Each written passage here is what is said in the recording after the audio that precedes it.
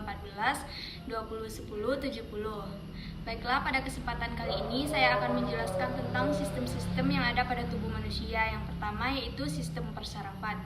Sebuah sistem yang berperan mengkoordinasi seluruh aktivitas tubuh manusia seperti berjalan, berbicara, bernafas, dan melakukan hal-hal lainnya. Fungsinya yaitu mengumpulkan informasi dari dalam tubuh keluar tubuh, mengirimkan info ke otak dan sumsum tulang belakang. Semua itu diatur oleh neuron, bagian terkecil dalam sistem persarafan. Fungsi neuron yaitu motorik, membawa rangsangan dari otak dengan sumsum tulang belakang ke sel tepi. Sensorik, membawa impuls dari alat indera ke otak.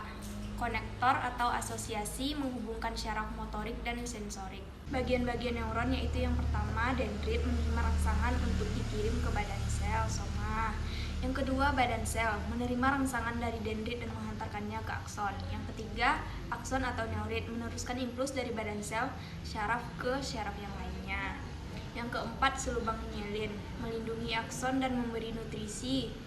Yang kelima, nodus Renvier, mempercepat hantaran rangsangan. Yang keenam yaitu sel Schwann, menunjang sel syaraf berupa lemak, berfungsi menghasilkan selubang myelin.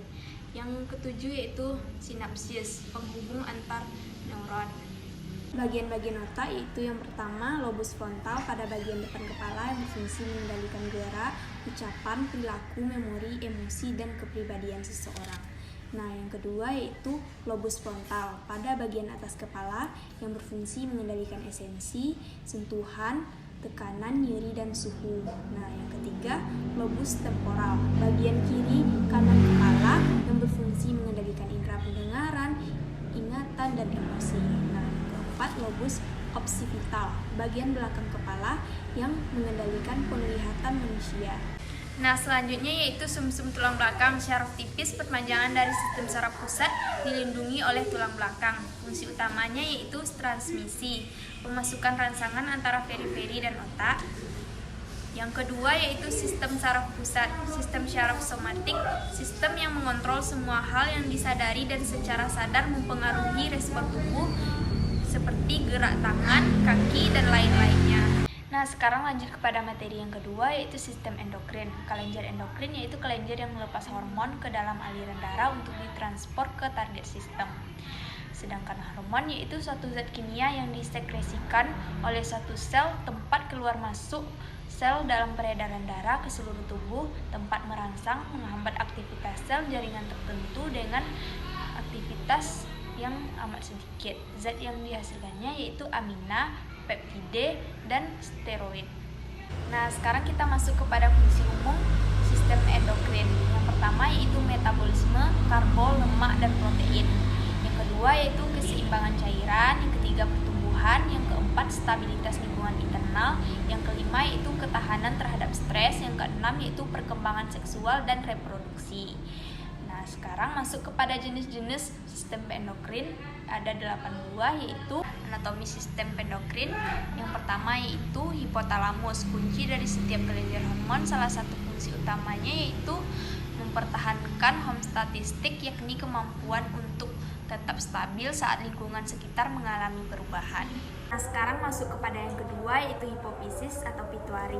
Di bawah hipotalamus, hormon yang dihasilkannya yaitu kortisol, mengatur energi dalam tubuh, prolaktin, menghasil ASI, somatropin, hormon pertumbuhan. Nah, yang ketiga yaitu pineal, di bawah otak besar, hormonnya yaitu melatonin, mengatur siklus tidur. Nah, selanjutnya yang keempat yaitu tiroid gondok, letaknya di dekat leher, hormonnya yaitu tiroid, mengatur metabolisme. Yang kelima yaitu paratiroid, anak gondok di bawah kelenjar tiroid. Hormonnya yaitu parathormon, menjaga keseimbangan kalsium dalam darah. Nah, sekarang masuk kepada yang keenam yaitu kelenjar timus, terletak di belakang tulang dada seakan menempel di trakea. Hormonnya yaitu limfosit, melawan infeksi dan kanker. Nah, sekarang masuk kepada yang ketujuh yaitu adrenal atau anak ginjal, yang terletak di atas depan ginjal. Hormonnya yaitu adrenalin, meningkatkan kerja jantung. Yang kedelapan yaitu pankreas, belakang rongga perut. Hormonnya yaitu insulin, glukosa atau glukogen. Yang kedua yaitu glukogen, kebalikan dari insulin. Kekurangannya yaitu diabetes. Nah, sekarang kita masuk kepada materi yang ketiga, yaitu sistem reproduksi. Yang pertama, sistem reproduksi pada pria. Yang pertama, penis, alat kelamin pria yang berfungsi sebagai saluran keluarnya air mani dan urin. Yang kedua, skotum, kantong kulit yang menggantung pada penggal penis. Yang ketiga, testis, sepasang organ pada sistem reproduksi laki-laki yang terletak di dalam skotum dan merupakan kelenjar tempat sperma dan testosteron diproduksi. Nah, selain itu, organ reproduksi pria juga didukung oleh organ internal yang dikenal sebagai organ aksesoris. Organ ini meliputi uretra, vas deferens, epididymis, vesicula seminalis, ductus ejaculatorius, kelenjar prostat, dan kelenjar bulburetral. Berbagai organ tersebut berfungsi untuk memproduksi, menyimpan, dan memfasilitasi keluarnya sperma. Nah, sekarang masuk kepada sistem reproduksi yang kedua, yaitu sistem reproduksi pada wanita terdiri dari 4. Yang pertama yaitu ovarium, kelenjar yang berbentuk oval dan berukuran kecil yang terletak di kedua sisi rahim yang menghasilkan sel telur dan hormon estrogen serta progesteron. Yang kedua yaitu tuba fallopi, saluran yang menghubungkan ovarium dan uterus. Proses pembuahan bisa terjadi pada organ ini. Yang ketiga yaitu uterus, organ yang merupakan tempat bagi janin untuk berkembang semasa kehamilan. Bagian bawah leher rahim yang berhubungan dengan vagina disebut serviks. Yang keempat yaitu vagina, jalur yang menghubungkan serviks ke bagian luar tubuh. Nah, organ reproduksi wanita juga dilengkapi dengan organ reproduksi eksternal, yaitu labia mayora, labia minor, kelenjar Bartoli, dan klitoris. Organ ini berfungsi untuk melindungi organ reproduksi internal dari berbagai penyebab infeksi dan membantu pembuahan sel telur dan sel sperma.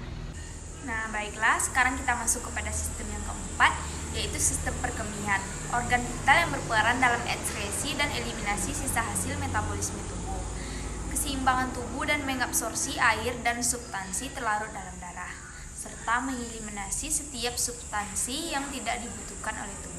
Nah, sekarang kita masuk kepada fungsi sistem perkemihan ini. Yang pertama yaitu meregulasi volume darah dan tekanan darah dengan mengeluarkan sejumlah cairan ke dalam urin dan melepaskannya ke eritropoietin. Nah, yang kedua yaitu menstabilkan pH darah dengan mengontrol jumlah keluarnya ion hidrogen dan ion biokarbohidrat ke dalam urin. Yang ketiga yaitu menghemat pengeluaran nutrisi. Yang keempat yaitu membantu hepar untuk mendeteksikan racun. Nah, sekarang kita masuk kepada organ sistem perkemihan ini. Yang pertama yaitu ginjal, menyaring kotoran dalam darah, mencegah bertumpuknya secara total racun dalam tubuh. Nah, sekarang kita masuk kepada organ yang kedua yaitu ureter. Ureter ini mengangkut urin dari ginjal ke kandung kemih. Nah, yang ketiga yaitu vesika urinaria. Vesika urinaria yang berbentuk kerucut yang dikelilingi otot-otot yang kuat. Nah, yang keempat yaitu uretra. Uretra adalah tempat keluarnya urin. Uretra wanita lebih pendek dari pria. Akibat perbedaan ini, infeksi saluran kemih acidens lebih tinggi di wanita. Fisiologis sistem perkemihan. Yang pertama yaitu proses filtrasi. Pembentukan urin dimulai dengan filtrasi cairan yang bebas protein dari kapiler glomerulus ke kapsul Bowman, sehingga terjadi penyerapan darah pada filtrasi menghasilkan urin primer. Nah, yang kedua yaitu proses absorpsi. Terjadi penyerapan sebagian besar glukosa, natrium, klorida, fosfat, dan ion biokarbonat. Nah, yang ketiga yaitu proses augmentasi di tubulus contortus distal, tubulus pengumpul, dan terjadi penyerapan ion dan urea sehingga terbentuk urin. Yang keempat yaitu proses sekresi. Tubulus ginjal dapat menyekresi atau menambah zat-zat ke dalam cairan filtrasi selama metabolisme. Nah, yang kelima yaitu sistem pernafasan respirasi. Pernafasan suatu proses pengambilan udara yang mengandung O2, pengeluaran CO2 ke lingkungan.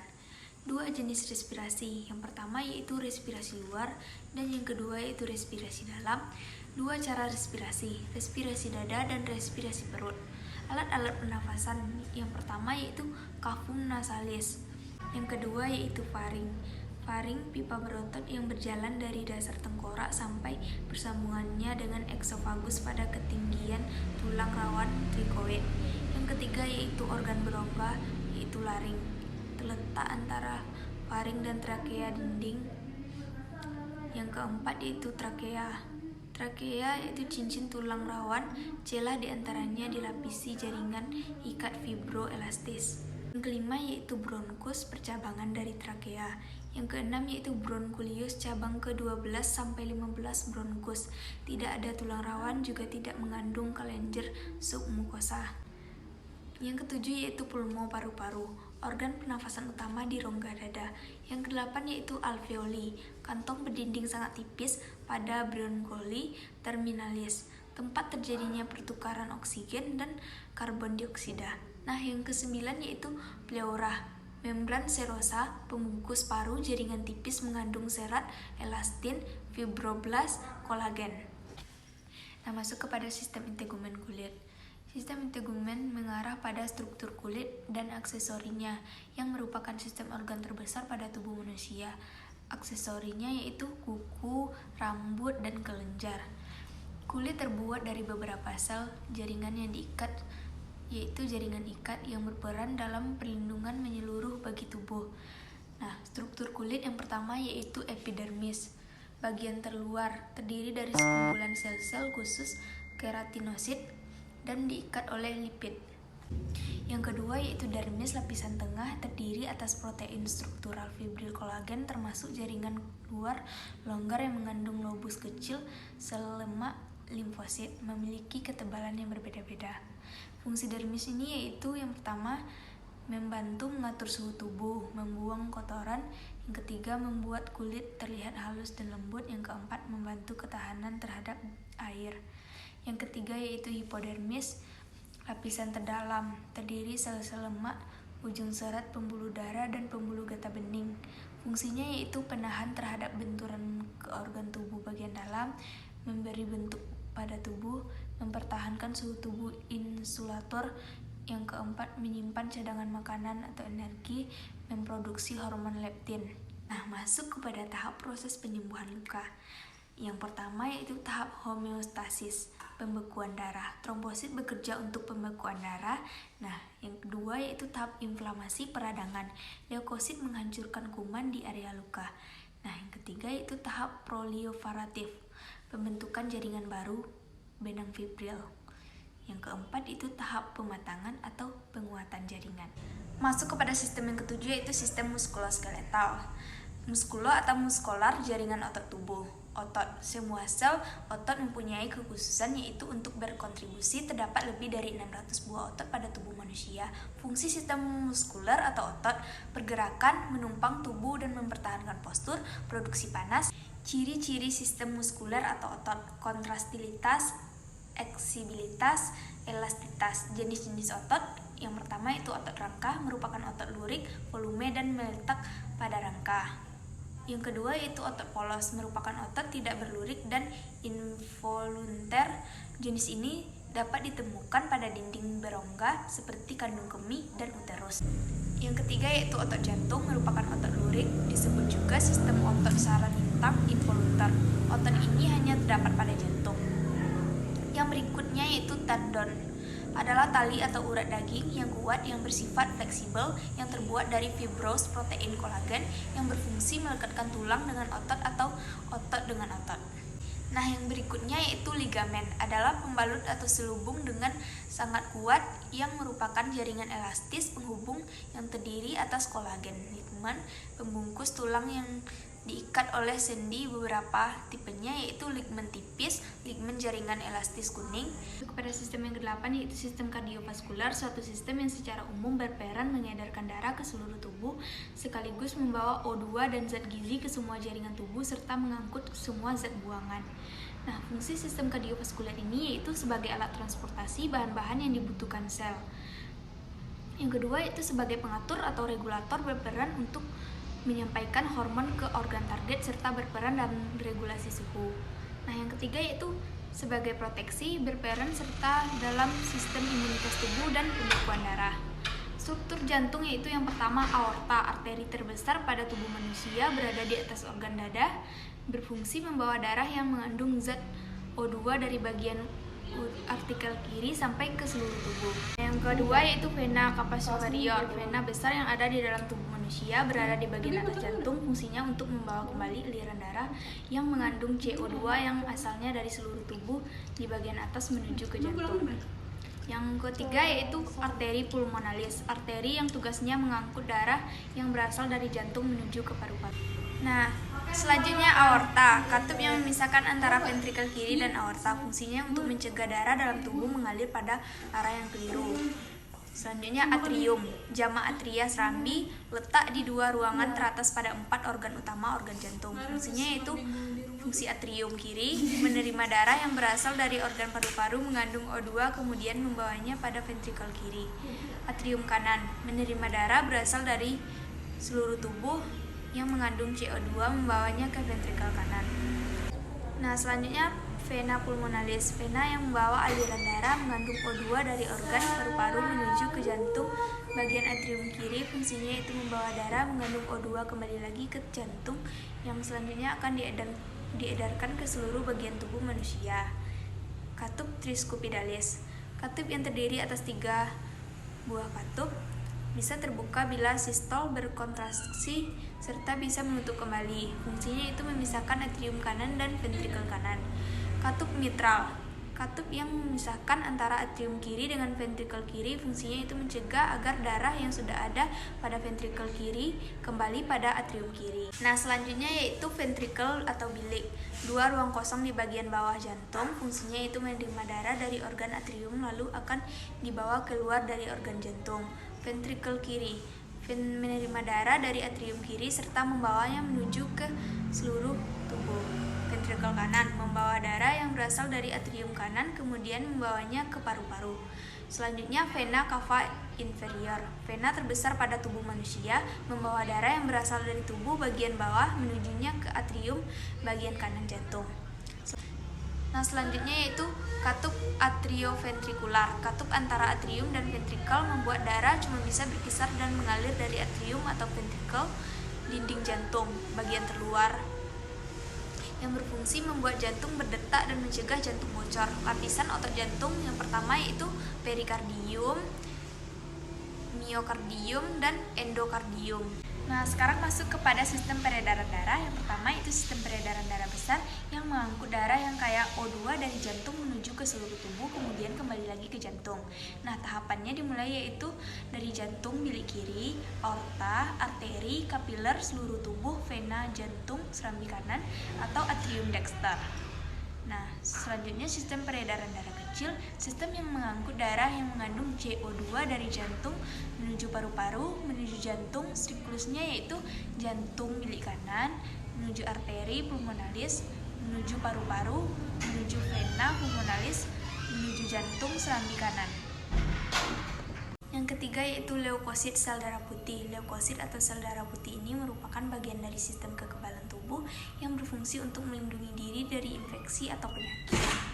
Nah, jenis sel darah putih yang disebut granulosit.